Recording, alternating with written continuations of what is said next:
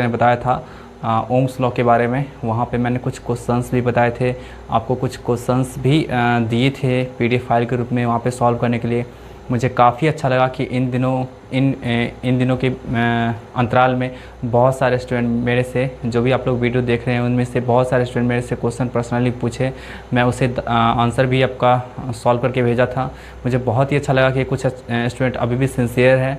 ठीक है, तो आप लोग इसी तरह अपनी सिंसियरिटी को बनाए रखें एंड आगे भी अपनी सिंसियरिटी को इम्प्रूव करें। अब से मेरा कोशिश रहेगा हमेशा कि आप लोगों को बहुत हार्डली लेट हो तो आपको 1 डे के इंटरवल पे आप लोगों को वीडियो मिले, अदरवाइज़ आप लोगों को रेगुलरली मैं वीडियो देने की कोशिश करूँगा। ठीक है, तो आज आप लोगों का टॉपिक मैं लेकर के आया हूँ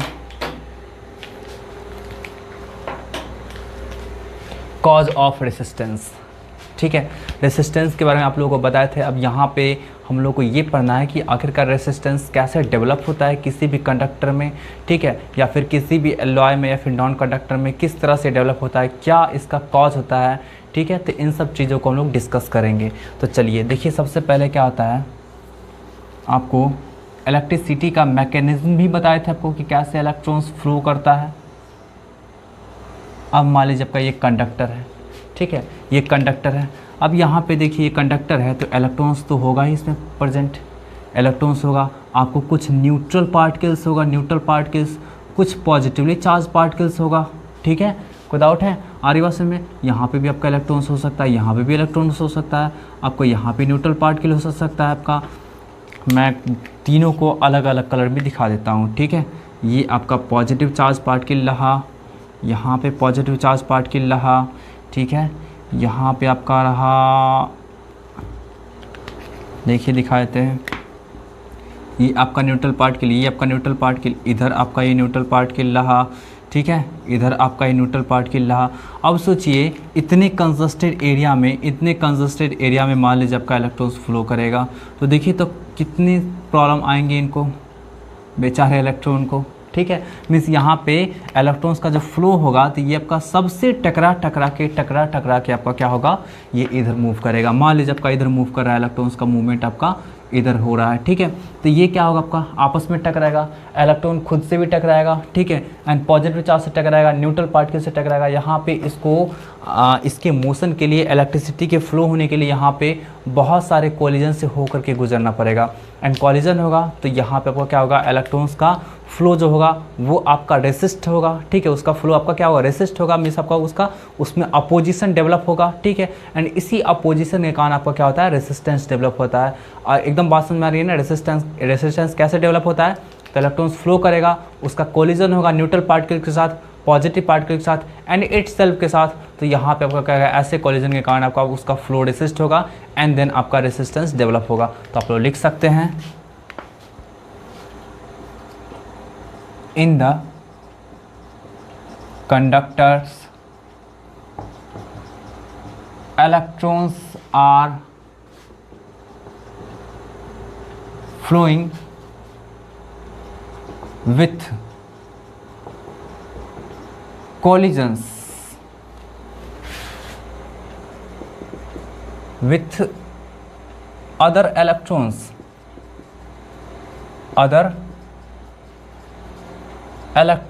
comma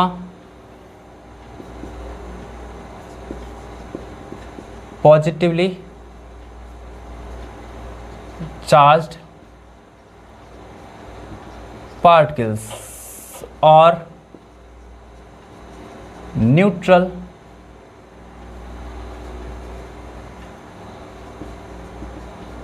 particles। ठीक है, ड्यू टू विच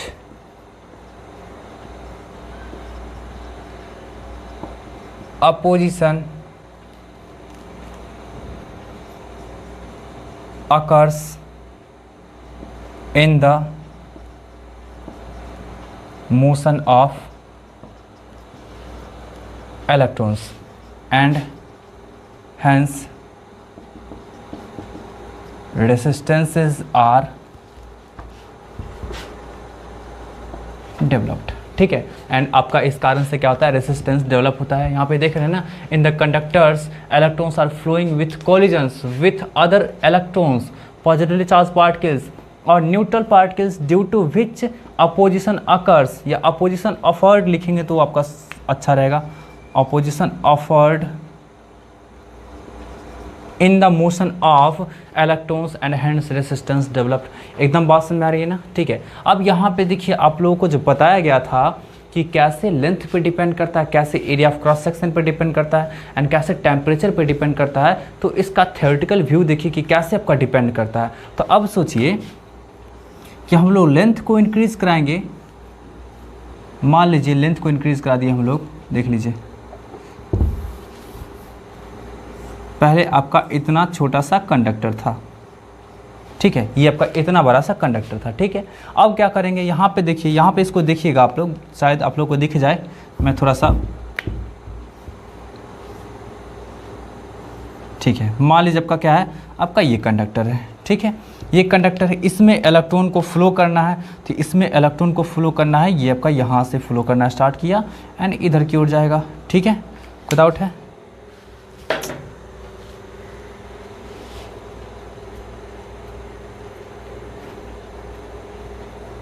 ठीक है, चलिए तो आपका इलेक्ट्रॉन यहाँ से फ्लो करना स्टार्ट हुआ, इधर जाएगा। अब सोचिए इस वायर के लेंथ को इंक्रीज़ कराते हैं, यहाँ पे क्रॉस सेक्शन एरिया को एकदम मेंटेन रहने देते हैं, जैसा था उतना ही रहने देते हैं, ठीक है। इस वायर के एरिया ऑफ क्रॉस सेक्शन को हम लोग इंक्रीज़ करा दिए, अब देखिए, sorry area cross section length को इंक्रीज़ करा दिए, ठीक है, लेंथ को देखिए बढ़ा दिए। अब सोचिए इलेक्ट्रॉन्स फ्लो करना स्टार्ट करेगा यहाँ से, ठीक है। अब सोचिए इस इलेक्ट्रॉन को यहाँ से लेकर के यहाँ तक आपको पहुँचने में कम डिस्टेंस ट्रैवल करना पड़ेगा, लेकिन इस इलेक्ट्रॉन को यहाँ से लेकर के यहाँ तक पहुँचने में ज़्यादा डिस्टेंस ट्रैवल करना पड़ेगा। तो ज़्यादा डिस्टेंस ट्रैवल करना पड़ा तो यहाँ पे आपका क्या हो जाएगा, इसको रेसिस्टेंस भी, इसको कॉलिजन भी ज़्यादा करना पड़ेगा, ठीक है, कॉलिजन भी, नंबर ऑफ कॉलिजन भी ज़्यादा करना पड़ेगा। तो नंबर ऑफ कॉलिजन ज़्यादा करना पड़ा मीन्स आपका यहाँ पे क्या होगा, आपका रेसिस्टेंस इसके कंपेरिजन में यहाँ पे आपका ज़्यादा हो जाएगा।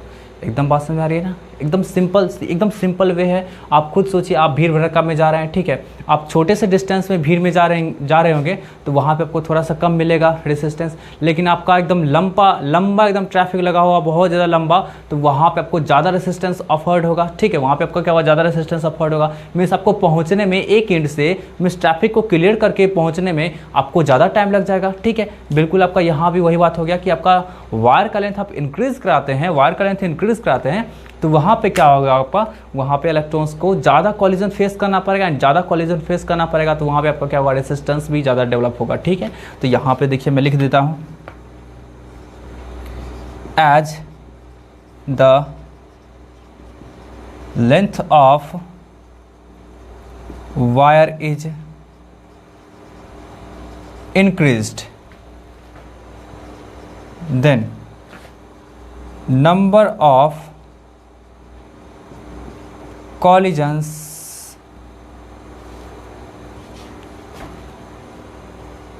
on electrons are also number of collisions of electrons are also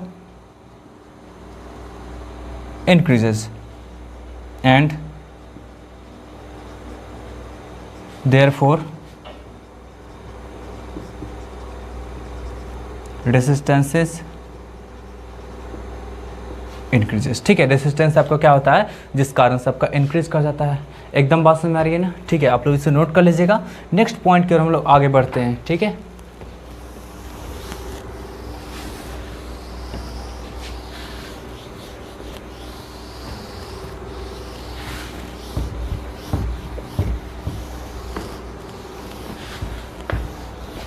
देखिए नेक्स्ट पॉइंट की ओर हम लोग आगे बढ़ते हैं। यहाँ पे आपका क्या होगा, नेक्स्ट पॉइंट आपका हम लोग रिलेट करेंगे एरिया ऑफ क्रॉस सेक्शन से, ठीक है। एरिया ऑफ क्रॉस सेक्शन से रिलेट करते हैं, ठीक है। यहाँ पे तो आपको सब कुछ रिलेशन बता दिया गया था रेसिस्टेंस का वैल्यू निकाल करके, ठीक है। तो एरिया ऑफ क्रॉस सेक्शन से रिलेट करते थे, देखिए तो आपको क्या होगा, वायर का लेंथ हम लोग सेम रखेंगे, ठीक है। ये आपका एक वायर है एंड आपका ये दूसरा वायर है, दोनों का लेंथ मान लीजिए आपका क्या है, सेम है, ठीक है। बट आपका यहाँ पे क्या हो गया, आपका area of cross section increase कर गया। इस केस में आपका एरिया ऑफ क्रॉस सेक्शन कम है, ठीक है। अब यहाँ पे सोचिए इलेक्ट्रॉन जो मूव करेगा, एंड यहाँ पे जो इलेक्ट्रॉन्स मूव करेगा, तो देख लीजिए, आप खुद सोचिए, आप खुद पे आप रियलाइज़ करके देखिए, आपको ज़्यादा चौड़ा रास्ता मिल जाए एंड आपका पतला रास्ता मिल जाए, तो आपको वहाँ पे कहाँ पे आप बहुत ज़्यादा कंजस्टेड फील करेंगे? ऑब्वियसली एकदम पतला रास्ते में कंजस्टेड फील करेंगे, ठीक है। तो यहाँ पे क्या होगा, इलेक्ट्रॉन्स जो इतने बड़े क्रॉस सेक्शन एरियाज को मिला, तो ये क्या करेगा, इजीली फ्लो कर सकता है, बट यहाँ पे आपको क्या होगा, फ्लो करने में इसको बहुत प्रॉब्लम होगा, ठीक है। हम यहाँ डीसी करंट की बात कर रहे हैं, एसी करंट में ऐसा बिल्कुल भी नहीं होता, ठीक है। एसी करंट आपका सिर्फ और सिर्फ सर्फेस पे डिपेंड करता है, क्योंकि आपका एसी करंट सर्फेस से होकर के फ्लो करता है, ठीक है। ऐसा मैंने पिछले क्लास में भी बताया था, ठीक है। तो यहाँ पे आपका क्या हो जाएगा, with the increase in cross sectional area of the wire,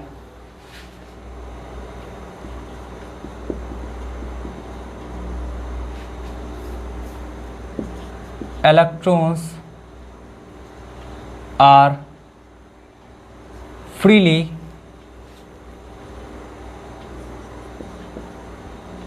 flowing and so resistance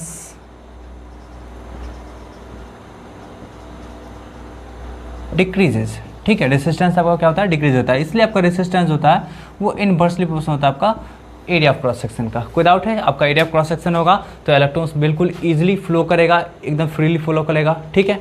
चलिए हम लोग अब आगे बढ़ते हैं, ये आपका हो गया। अब टेम्परेचर की बात करते हैं हम लोग, ठीक है। टेम्परेचर पे कैसे डिपेंड करता था उसको भी हम लोग देखते हैं।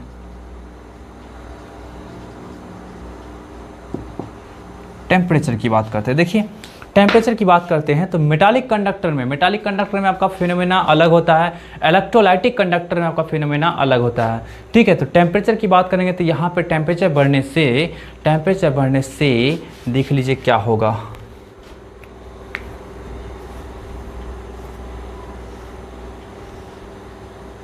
एकदम फिजिक्स को या फिर केमिस्ट्री को या फिर बायो को आप बिल्कुल जब तक प्रैक्टिकली फील करने का कोशिश नहीं करेंगे तब तक आपको समझ में नहीं आएगा, ठीक है। तो आप लोग इससे भी प्रैक्टिकली फील करने का कोशिश करिए, एकदम 100% समझ में आएगा, ठीक है। चलिए देखिए ये होता क्या है, एक सेकेंड, देखिए ये आपका क्या है, ये आपका कंडक्टर है, ठीक है। इसमें आपका कुछ न्यूट्रल पार्टिकल्स होगा जो मैं रेड कलर से दिखा दे रहा हूँ,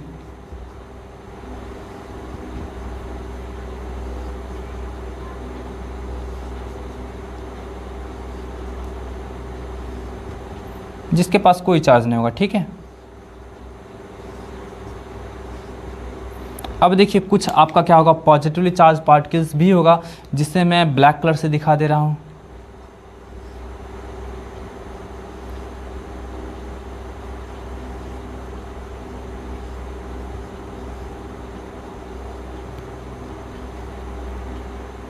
ठीक है।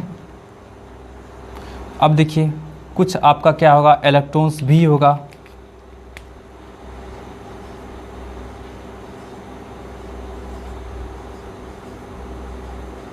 जिसे मैं ब्लू कलर से दिखाया हूँ, ठीक है। ई फॉर इलेक्ट्रॉन, ठीक। चलिए देखिए अब यहाँ पे देखिए इस तरह का कंडीशन, इस तरह का सिचुएशन है, इसी तरह का सिचुएशन बिल्कुल आपका रहता है कंडक्टर के साइड में, ठीक है। अब जैसे देखिए जैसे ही आपका टेम्परेचर बढ़ेगा तो यहाँ पे क्या होगा आपका, बिल्कुल इसके पास आपका क्या होगा, सारे एटम्स का, ठीक है, जितने भी पार्टिकल्स है सबका काइनेटिक एनर्जी इंक्रीज कर जाएगा, ठीक है। सबका काइनेटिक एनर्जी इंक्रीज करता है, क्या होगा आपका, वो वाइब्रेट करना स्टार्ट करेगा, ठीक है। सबका क्या होगा, वाइब्रेट करना स्टार्ट करेगा, ये भी वाइब्रेट करेगा अपनी मीन पोजीशन पे, ये भी वाइब्रेट करेगा अपनी मीन पोजीशन पे, ये भी करेगा, जितने भी पार्टिकल्स है वो सब के सब करेंगे वाइब्रेट। तो ऐसे में जो पार्टिकल, मान लीजिए ये चलिए हम लोग इसकी बात करते हैं, इसकी बात कर लेते हैं। ये जो दिखा रहे हैं आपको, ये पार्टिकल आपका मान लीजिए इतना जगह था, तो ये क्या करेगा जी, आपका वाइब्रेट करके आपका लगभग इतना जगह ऑक्यूपाई कर सकता है। आप एकदम फील कर पा रहे हैं, ये वाइब्रेट करेगा, ये आपका ऐसे है ना, इतना छोटा सा है ना, ये बिल्कुल ऐसे करके वाइब्रेट करेगा, बिल्कुल ऐसे करके वाइब्रेट करेगा, तो मे बी आपका इतना वॉल्यूम ऑक्यूपाई कर लेगा। तो अब बताइए इलेक्ट्रॉन जो फ्लो कर रहा होगा इतना थोड़ा सा दूर से, जो आपका यहाँ पे न्यूट्रल पार्टिकल था, इससे जो थोड़ा डिस्टेंस से मूव कर रहा होगा, तो ये तो टकरा जाएगा ना जा करके, क्योंकि ये तो अपने पोजीशन पे क्या आपका हिल रहा है। अपने पोजीशन पे हिल रहा है। बात समझ आ रही है ना? देखिए ना, मेरे हाथ का सरफेस एरिया देखिए ये है, और देखिए इसको हम वाइब्रेट करेंगे तो क्या होगा, लगभग इतना दूर का सरफेस एरिया को कवर कर लिया ना, ठीक है, वॉल्यूम को कवर कर लिया, कोई डाउट है? तो ये सॉरी, ठीक है, आप लोग सोच रहे हैं सर क्या कर रहे हैं ऐसे, ठीक है, आप लोगों को समझाने के लिए बता रहे हैं, ठीक है। तो यहाँ पे आपका क्या है, एकदम बिल्कुल सिमिलर यही बात होगा कि जितने भी आपका पार्टिकल्स हैं, जैसा ही टेम्परेचर राइज होगा तो सब का सब अपनी मीन पोजीशन में वाइब्रेट करना स्टार्ट करेगा, एंड वाइब्रेट करना स्टार्ट करेगा तो आपका क्या होगा, इलेक्ट्रॉन्स को ज़्यादा रेसिस्टेंस ऑफर्ड होगा, ठीक है, एकदम बात समझ आ रही है ना, ठीक है। चलिए अब देखिए यहाँ पे दिखाना पड़ता है प्रैक्टिकली चलिए यहाँ पे देखिए तो आपका क्या होगा, as the temperature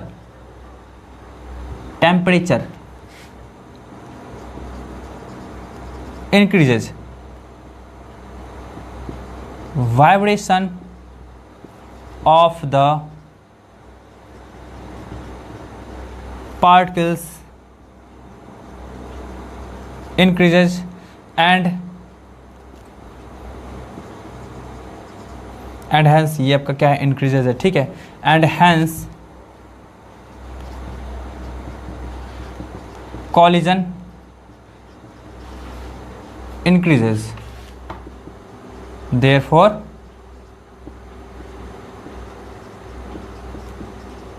resistance increases। कोई डाउट है? मीन्स आपका जैसे ही आपका टेम्परेचर इंक्रीज करेगा तो वाइब्रेशन इंक्रीज करेगा, वाइब्रेशन इंक्रीज करेगा तो कॉलिजन इंक्रीज करेगा, कॉलिजन इंक्रीज करेगा तो ऑब्वियसली आपका क्या होगा, रेसिस्टेंस भी इंक्रीज कर जाएगा। तो यही आपका डिपेंडेंसी था लेंथ पे, एरिया ऑफ क्रॉस सेक्शन पे एंड टेम्परेचर पे, ठीक है, एकदम बात समझ आई। चलिए कॉज ऑफ रेसिस्टेंस आप लोगों को समझ में आ गया होगा। अब हम लोग नेक्स्ट टॉपिक की ओर मूव करते हैं। देखिएगा आप लोग एकदम ध्यान से देखिएगा, एक एक चीज़ आपको मैं सिखाऊंगा, एकदम अच्छे से सिखाऊंगा, इसलिए आप लोग वीडियो के एकदम अंत तक बने रहिएगा, लाइक कीजिएगा, शेयर भी कीजिएगा एंड सब्सक्राइब भी कीजिएगा हमारी यूट्यूब चैनल को। हम लोग बहुत मेहनत कर रहे हैं इन लॉकडाउन में भी, सारे टीचर्स मिल करके, तो आप लोग भी अच्छे से पढ़ा कीजिए ताकि हम लोग का मेहनत जाया ना जाए। चलिए नेक्स्ट हम टॉपिक की बात करते हैं, combinations of resistances, combinations of resistances. देखिए रेसिस्टेंस को लोग किस किस फॉर्म में हम लोग कंबाइन करेंगे, और सबसे पहला क्वेश्चन ये है कि हम लोग रेसिस्टेंस को कंबाइन क्यों करेंगे, ठीक है, रेसिस्टेंस को कंबाइन क्यों करेंगे। तो देखिए आपके पास, मान लीजिए आपके पास डंबल है, ठीक है, डंबल तो सब समझते होंगे, ठीक है, और आपको मान लीजिए कि आपको 100 kg वेट चाहिए, ठीक है, 100 kg वेट चाहिए, और आपके पास क्या है, आपके पास क्या है कि आपको जो भी वेट वगैरह होगा, ठीक है, तो आपके पास 5 kg, 2 kg, 10 kg, 20 kg का वेट आपके पास अवेलेबल है, ठीक है, और आपको 100 kg चाहिए, तो आप क्या करेंगे, सबको क्या करेंगे, एक साथ ऐड कर देंगे, ठीक है, आप क्या करेंगे, सबको एक साथ ऐड कर देंगे, कंबाइन कर देंगे। क्यों? क्योंकि आपको तो चाहिए 100 kg, ठीक है, आपको मान लीजिए 50 kg चाहिए, और आपके पास वही आपका 5 kg, 2 kg, 10 kg, ठीक है, 20 kg इस तरह के डंबल्स अवेलेबल है या फिर वेट अवेलेबल है, ठीक है, तो आपको चाहिए 50 kg, तब क्या करेंगे, उसको कंबाइन करेंगे। कहने का सेंस हो गया कि आपको जितना चाहिए, आपको जो भी डिजायर्ड अमाउंट में चाहिए, आपके पास छोटे छोटे मास अवेलेबल है, सबको आप ऐड करेंगे, सबको कंबाइन करेंगे, एंड आप जो भी डिजायर्ड आपको अमाउंट में चाहिए आपको वेट, वो आपको मिल जाएगा इजीली, ठीक है। सिमिलरली हम लोग यहाँ पे करेंगे कि जितना हमको डिजायर्ड रेसिस्टेंस चाहिए सर्किट में, तो जो भी छोटे बड़े जो भी रेसिस्टेंसेज होंगे हम लोग उसको इस तरह से कंबाइन करेंगे जिससे कि हम लोग को डिजायर्ड रेसिस्टेंस मिल जाए। तो इसीलिए आपका कॉम्बिनेशन ऑफ रेसिस्टेंसेस का रिक्वायरमेंट होता है, ठीक है, कोई डाउट है? चलिए तो यहाँ पे देखिए दिखाते हैं, कॉम्बिनेशन ऑफ रेसिस्टेंसेस जो होता है आपका वो 3 तरीके से किया जा सकता है। पहला आपका होता है सीरीज कॉम्बिनेशन, सेकेंड आपका होता है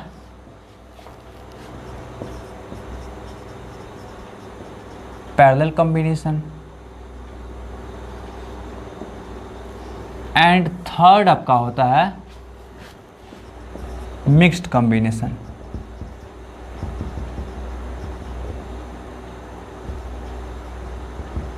ठीक है, 3 तरीके से क्या कर सकते हो रेसिस्टेंस को कंबाइन कर सकते हैं। ठीक है, इसके अलावा आपको बहुत सारे टाइप्स ऑफ सर्किट होते हैं जहाँ पे आप लोगों को पढ़ाया जाएगा, व्हीटस्टोन ब्रिज पढ़ाया जाएगा, इनफाइनाइट सीरीज़ पढ़ाया जाएगा। ठीक है, इस तरह के आपके टाइप्स होते हैं, लैडर सीरीज़ पढ़ाया जाएगा आपको। ठीक है, तो इस तरह के आपका टाइप्स होते हैं सर्किट का। तो यहाँ पे आपका कॉम्बिनेशन होता है ना रेसिस्टेंस का, वो आपका तीन टाइप का होता है। ठीक है, सीरीज कॉम्बिनेशन हो गया, पैरेलल कॉम्बिनेशन हो गया, एंड आपका मिक्स्ड कॉम्बिनेशन हो गया। अब देखिए यहाँ पे एक एक करके हम लोग डील करेंगे कि series combination, parallel combination and mixed combination क्या होता है। एंड ये कॉम्बिनेशन करने के बाद जो आपको रिजल्टेंट जो आपका रेसिस्टेंस मिलता है उससे हम लोग क्या कहते हैं। तो देखिए सबसे पहला आपका पॉइंट आएगा इसमें, सबसे पहला हम लोग पॉइंट को डील कर लेते हैं फिर आगे बढ़ते हैं। ठीक है, तो सबसे फर्स्ट पॉइंट आपका होता है इक्विवेलेंट और effective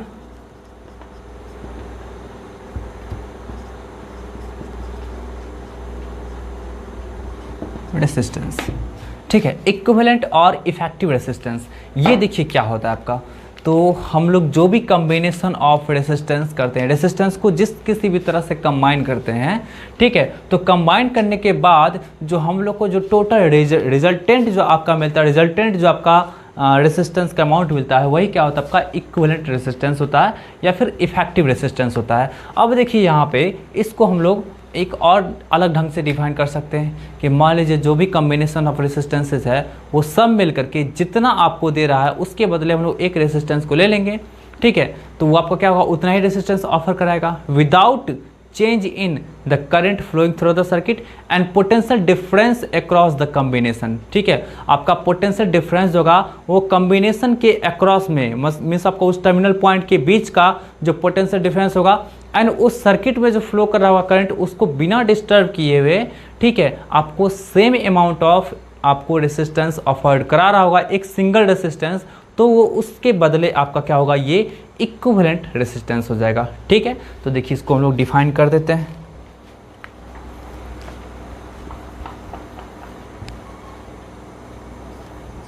it is the amount of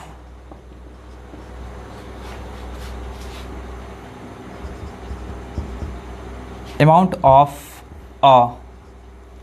नहीं बोल सकते हैं, it is the magnitude of a single resistance which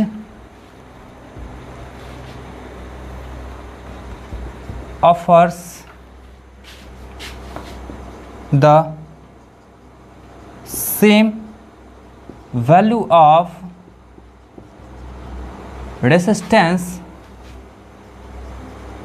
when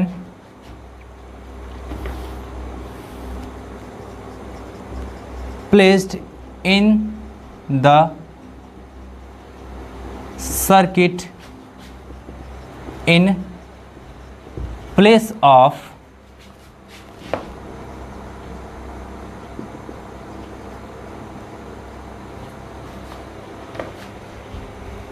same value of resistance.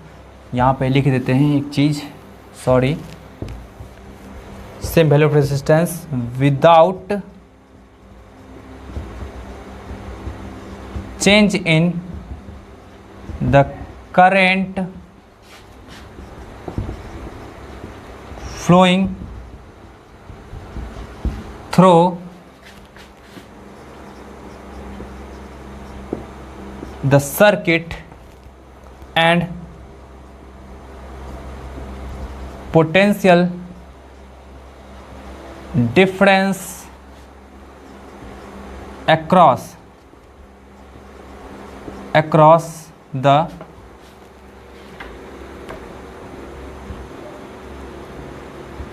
terminals of the combination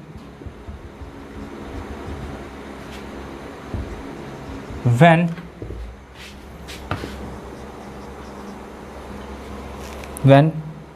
placed in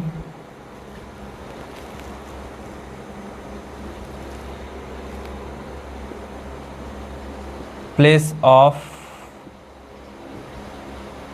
the combination of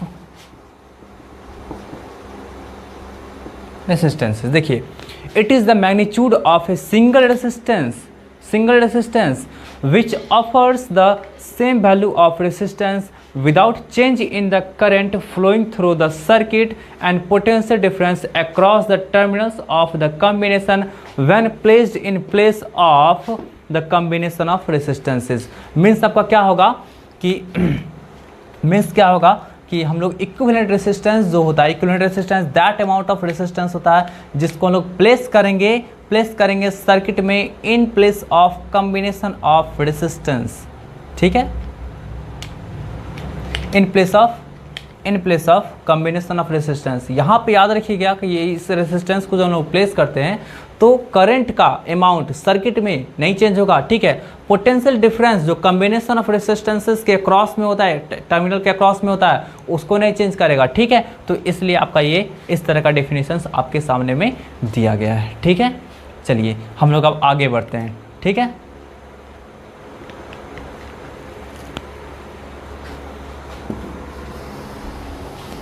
इसको हम लोग जनरली अभी just लिख लीजिएगा आप लोग।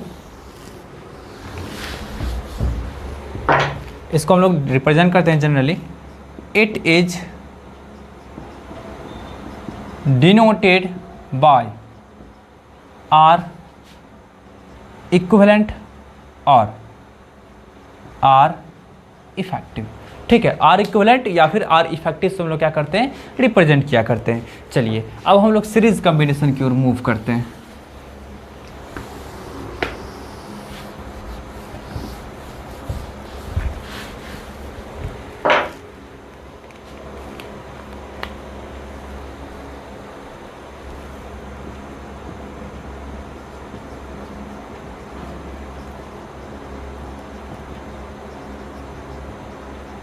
Series combination. देखिए, सीरीज कॉम्बिनेशन का आपको सबसे पहले कुछ स्पेशल फीचर्स बता देंगे क्योंकि ये फीचर्स जानना बहुत ज़रूरी है। ठीक है, सबसे पहले स्पेशल फीचर बताते हैं फिर हम लोग आगे बढ़ते हैं। चलिए, इसका स्पेशल फीचर सबसे पहला नंबर होता है currents through the all resistances is same. ठीक है, आपको करंट जो होता है, जितना भी रेसिस्टेंस कंबाइंड रहेगा सबके थ्रू जो आपको पास करेगा यहाँ पे आपका क्या होता है, सेम होता है। ठीक है, चलिए नेक्स्ट पॉइंट आपका होता है पोटेंशियल डिफरेंस। पीडी मीन्स आपको बताया गया था potential difference across all the different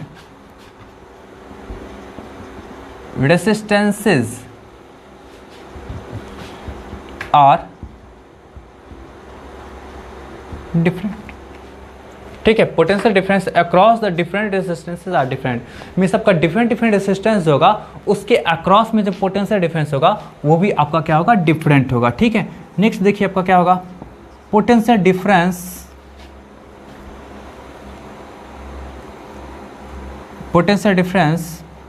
across the terminal of the combination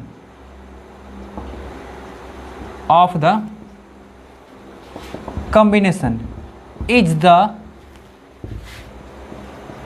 sum of potential difference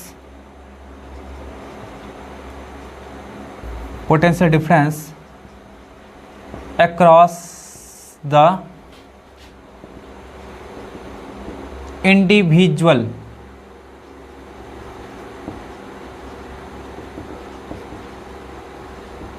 resistances. देखिए एग्जाम्पल में देखिए आप,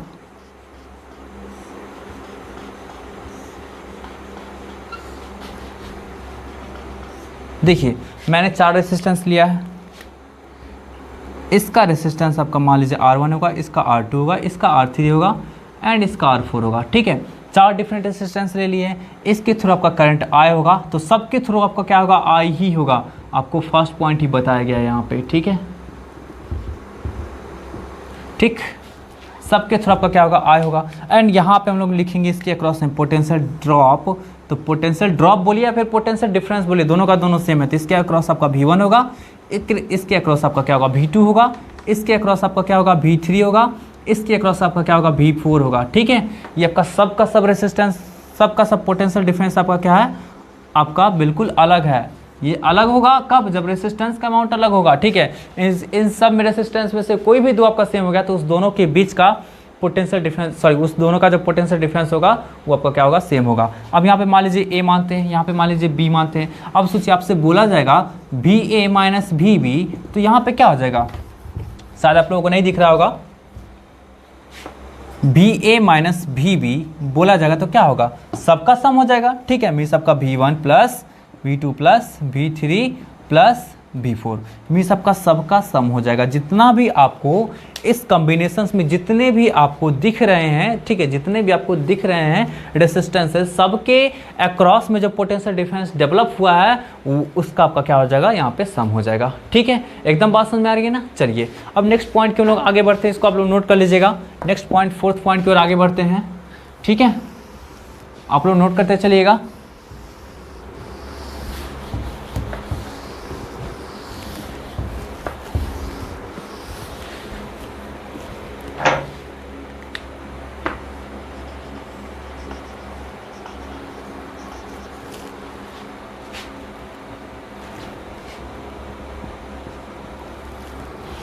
चलिए देखिए, नेक्स्ट पॉइंट आपका फोर्थ पॉइंट है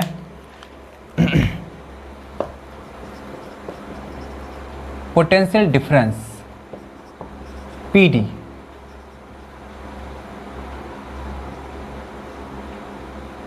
across any resistance is directly across any resistor is directly proportional to the resistance। यहाँ पे आपका क्या होगा, V डायरेक्टली प्रोपोर्शनल टू आपका R हो जाएगा। ठीक है, क्यों, क्योंकि आपका सीरीज कॉम्बिनेशन में तो सबके लिए तो करंट सेम ही है। यहाँ पे आपका क्या होगा, V इक्वल टू, आप जानते हैं ना, V इक्वल टू क्या जानते हैं आप, V इक्वल टू IR होता है, ऐसा होता है। अब सोचिए यहाँ पे तो सबके लिए तो सेम है, मीन सबका I इक्वल टू तो कांस्टेंट है। ठीक है, I इक्वल टू तो आपका क्या है, यहाँ पे सबके लिए सेम है, तो V directly proportional to R होगा। ठीक है, आप ऐसे करके समझ सकते हैं। ठीक है, कोई डाउट है, एकदम 100% बात समझ आ रही है। मीन सबका जिसका रेसिस्टेंस ज़्यादा उसके अक्रॉस में पोटेंशियल ड्रॉप ज़्यादा, उसके अक्रॉस में पोटेंशियल डिफरेंस ज़्यादा। ठीक है, एकदम बात समझ में आ रही है ना। चलिए नेक्स्ट पॉइंट के हम लोग आगे बढ़ते हैं, मूव करते हैं। फिफ्थ पॉइंट है R इक्विवेलेंट और R effective is greater than that of a greatest individual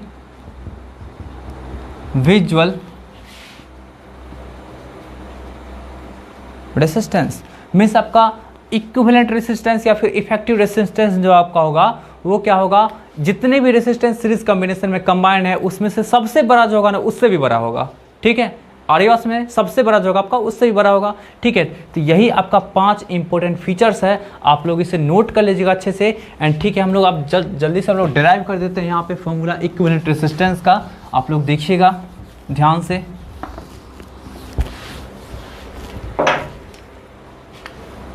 देखिए 3 रेसिस्टेंस को लेकर के चलते हैं।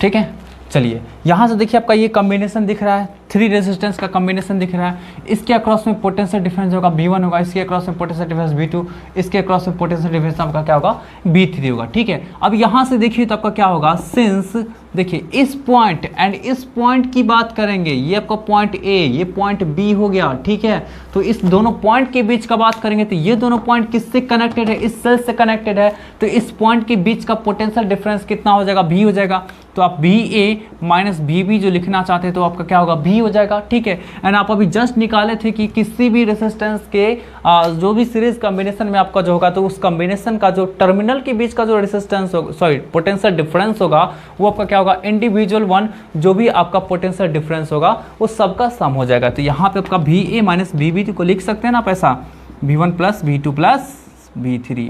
अब यहाँ से देखिए तो आपका क्या लिख सकते हैं इसको, V1 को क्या लिख सकते हैं, I इंटू R1, यहाँ पे क्या लिख सकते हैं इसको, I इंटू R2, यहाँ पे क्या लिख सकते हैं आप इसको, I इंटू I3। निकाल सकते हैं, जितना रेसिस्टेंस, जितना आपका रेसिस्टेंस है उसमें कितना करंट फ्लो हो रहा है उससे मल्टीप्लाई कर दीजिए। चलिए एंड इस कैपिटल V को क्या लिख सकते हैं हम लोग, I इंटू R। हम क्या करते हैं, ठीक है, हम क्या करते हैं कि इस तीनों रेसिस्टेंस के बदले क्या करते हैं हम लोग, इस तीनों रेसिस्टेंस के बदले क्या करते हैं कि एक बिगर रेसिस्टेंस को कनेक्ट कर देते हैं, बिगर या फिर जो भी रेसिस्टेंस हो, ठीक है। पोटेंशियल डिफरेंस सेम रहेगा, करंट भी सेम रहेगा, ठीक है। याद रखिएगा इस रेसिस्टेंस को लोग प्लेस कर दिए, यही रेसिस्टेंस तो आपका इफेक्टिव रेसिस्टेंस है, ठीक है। तो आपका क्या होगा यहाँ पे इफेक्टिव रेसिस्टेंस।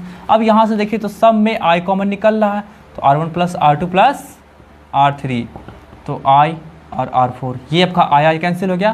तो R इफेक्टिव इक्वल टू कितना हो गया, R1 plus R2 plus R3। और बोल सकते हैं फॉर N, ये बात आपको समझ में आ गई, एकदम सिंपली ऐड कर देंगे, फॉर N रेसिस्टेंसेस क्या हो जाएगा, तो R इफेक्टिव इक्वल टू कितना हो जाएगा आपका, R1 plus R2 plus R3 plus dot dot Rn। इस तरह करके आप क्या करेंगे, सम कर देंगे। कोई डाउट है, 100% बात क्लियर है ना, ठीक है। चलिए तो अब हम लोग नेक्स्ट क्लास में मिलेंगे पैरेलल कॉम्बिनेशंस के साथ, ठीक है। वहीं पे आपको सीरीज एंड पैरेलल में आपका वो भी बताया जाएगा, मिक्स्ड कॉम्बिनेशन भी बताया जाएगा, ठीक है। एंड आपको उसी क्लास में आपको कुछ क्वेश्चंस भी बताए जाएंगे। तो बहुत जल्द मिलते हैं हम लोग, तब तक के लिए bye bye, take care, good night.